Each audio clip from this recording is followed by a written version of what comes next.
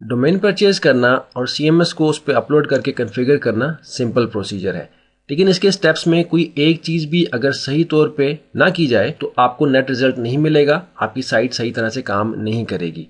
अब तक हमने जो किया वो आपके सामने है। इसको हमने पिछले लेसन के आखिर में रिपीट भी किया कि CMS वर्डप्रेस हमने किस तरह से अपने public_html पे अपलोड किया है। अब हमने देखना है कि हमने इस फाइल को, जो कि जिप फॉर्मेट में है, अपने public_html के फोल्डर में रहते हुए अनजिप किस तरह से करना है। इस जिप फाइल के ऊपर हम राइट क्लिक करेंगे। इसमें आप देख सकते हैं आपके पास एक्सट्रैक्ट की ऑप्शन है।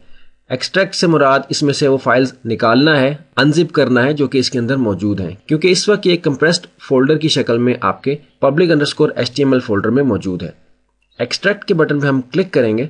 ये आपसे पूछ रहा है कि आप किस जगह इन फाइल्स को एक्सट्रैक्ट करना चाहते हैं। तो यहाँ आप देख सकते हैं कि ये एक्सट्रैक्ट करेगा public_html/wordpress-4.1.zip फोल्डर में। एक्सट्रैक्ट फाइल पे हमने क्लिक कर दिया।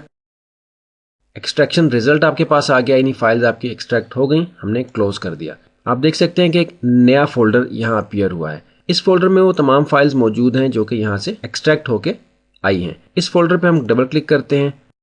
आप देख सकते हैं ये वो फाइल्स हैं जो कि एक्सट्रैक्ट होके आपके public_html के फोल्डर में एक नया फोल्डर बना है वर्डप्रेस के नाम से, उसके अंदर आ गई हैं। अब हम अगले लेसन में देखेंगे कि हमने इस फोल्डर से फाइल्स को वापस अपने मेन public_html फोल्डर में किस तरह से मूव करना है।